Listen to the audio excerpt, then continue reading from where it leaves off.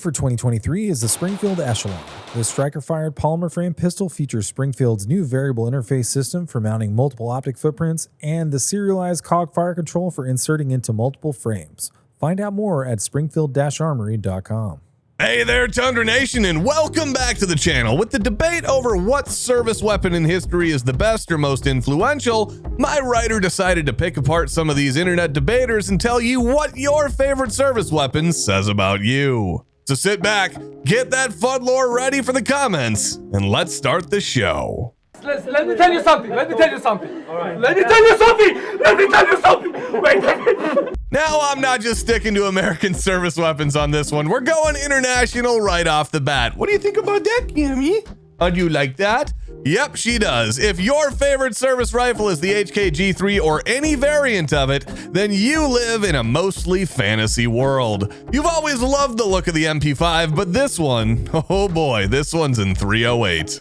I mean, it must shoot great if the German military adopted this thing. I mean, that's exactly what one would think, unless you realize that even roller delay blowback can only do so much dealing with a full-size 30 caliber round. You've gotten all of your information from Soldier of Fortune magazine, written by other guys just like you, also with no experience. And of course, you're never gonna have one of these things anyways, because Germany has very strict laws about exporting military stuff unless it's to another country at war, it seems. Come on, HK, I just want a civilian MP7. Just please, for the love of God, don't give it that SLR treatment. Name of the game, move the money from your client's pocket into your pocket. Let me ask you a question. Do you not call the country of Zimbabwe by that name? Well, if not, then your favorite service rifle is most likely the right arm of the free world itself, the FAL. You have a love of all things brushstroke and would write articles from time to time about German rifles for Soldier of Fortune magazine. Your favorite YouTuber is James Reeves, but it's only for the shorts, you swear. You spent years living alone in the woods and still would if it wasn't for that darn ankle monitor that you're required to wear. You have the heads of several large African animals up on your walls, all of which you purchased secondhand since you've never been outside of your county. Now, if you're friends with the FAL guy, but prefer your weapon to be just a little bit more lightweight and faster, then you probably love the Ruger Mini 14. You love the look and simplicity of this little M1 carbine wannabe. So what if it wasn't designed to be accurate and the barrel whipped all over the place like the hair of a metalhead at a concert with every shot? With its light recoil and jam rate lower than the FAL by a whopping 2 full %, you'll lay down more fire. And boy, oh boy, that's all that matters. That's not how it works. That's not how any of this works. If you love the Mini 14, but this background doesn't quite suit you, well, then that's because your love of this weapon comes from the Troubles, and you just want your freedom. And I can respect that, my friend. Do you actually believe the Queen died of natural causes? Now, you knew we couldn't make this list without mentioning the AK-47. This 8-pound amalgamation of wood and steel really did change the world. There's no doubt about it. Unfortunately, almost every time it was used, it was to further spread communism. If this is your favorite service weapon, then you are an idealist and can see past the red flags to the good within everything. You drink vodka unironically and spend way too much time playing Tarkov, but complaining online about how everyone cheats. You have no life plans, but you know the state will tell you what to do next. Wait. Either that, or you're running for Congress in Texas and avoiding building that AK-50 you've been promising everybody. Let's go, Brandon. No, seriously, folks, if you are in his district, make sure you get out there and vote. And if you want to support him, we'll leave a link pinned in the comment of where to do exactly that. Way to go, Brandon. Get after him, bud. Yeah, I could be in the CIA. Bringing things back home, if your favorite service rifle is an M14, then you hold a special place in your heart for CCR. You drive a 1992 Ford F-150 that you gave a tiger stripe paint job to. Your favorite movie is Full Metal Jacket, but you turn it off after the basic training sequences because, and I quote, "It has too many of those plastic rifles that were always jamming." Everything around you just sucks. Your house is falling apart. Your vehicle is constantly broken down and too old to be worth anything, but you are in denial about it all because it worked back then, so it still must be the best. Sorry, bud. It never was, and it never will be.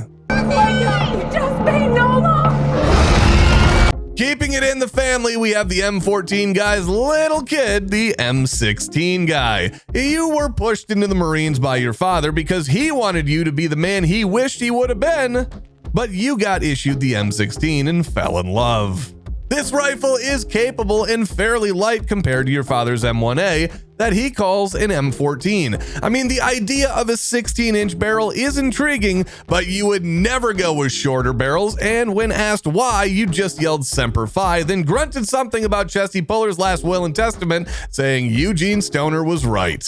You drive a 1985 Ford Thunderbird and you listen to Skynyrd at full blast, but only because it relieves the tinnitus. Now, if you found this video after watching a Forgotten Weapons video, then your favorite service rifle, shockingly, is the FAMAS. Gaining most of its popularity from movies and video games, you probably think this rifle is a lot better than it actually is.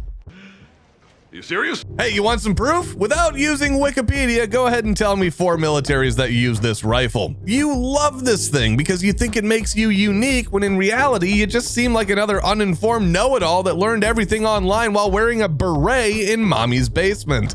Now go put that helmet on, kiddo, get back on the little bus, and go learn something, pal. We believe in you. Hello? I said don't disturb you, I'm cleaning my room! Moving on, we have fans of the Enfield L85. These people, folks, are not to be trusted. We repeat, not be trusted. They lack the basic understanding of what a functioning weapon is, much like they don't understand what a dentist is. This was probably one of the worst service weapons ever fielded. It wasn't accurate and it was prone to jams, sometimes catastrophically, causing the soldier now to not have a functioning weapon at all. The L85 guy insists soccer must be called football and always wants you to come down to the pub, and by pub, of course, they mean Applebee's. When they arrive, they'll be driving an 87 Datsun, which should tell you everything you need to know. What else you need to know is that I'm going to be down at Gunstock, Texas with the boys from AR15.com down in Waxahachie, September 23rd and 24th. So register for your tickets if you want to come hang out and shoot guns with me. And of course, what we really mean by that is my AI body double, strictly controlled by my writers at all times, because we all know I don't ever shoot. Now, if your favorite service rifle is the M4, then you most likely have little to no hair, a big beard, at least one arm tattoo, and skinny jeans. Whew, not wearing those. Thank God. I thought my writers were talking about me again. You think the Mark 18 variant is the best rifle to have ever been issued, even though it now weighs more than an M14 and has less power and range. You get all your history information from administrative results and Garand Thumb videos, and your training advice from Lucas Bodkin. Now, don't get me wrong, I'm not saying that you're going to admit to watching this for training tips, since you tell everybody about your time in the Army. Of course, what they don't know is that you were a reservist in the mess hall and you were barely qualified during basic. My drill sergeant senses tingling, but that can only mean one thing. A private who failed out of basic training is making YouTube videos about how bad his drill sergeants treated him. Next up, we've got the Mosin Nagant. Now, folks, this rifle was produced in such mass and was such garbage that, according to the research my writers did, this gun was used to bludgeon the most people to death with.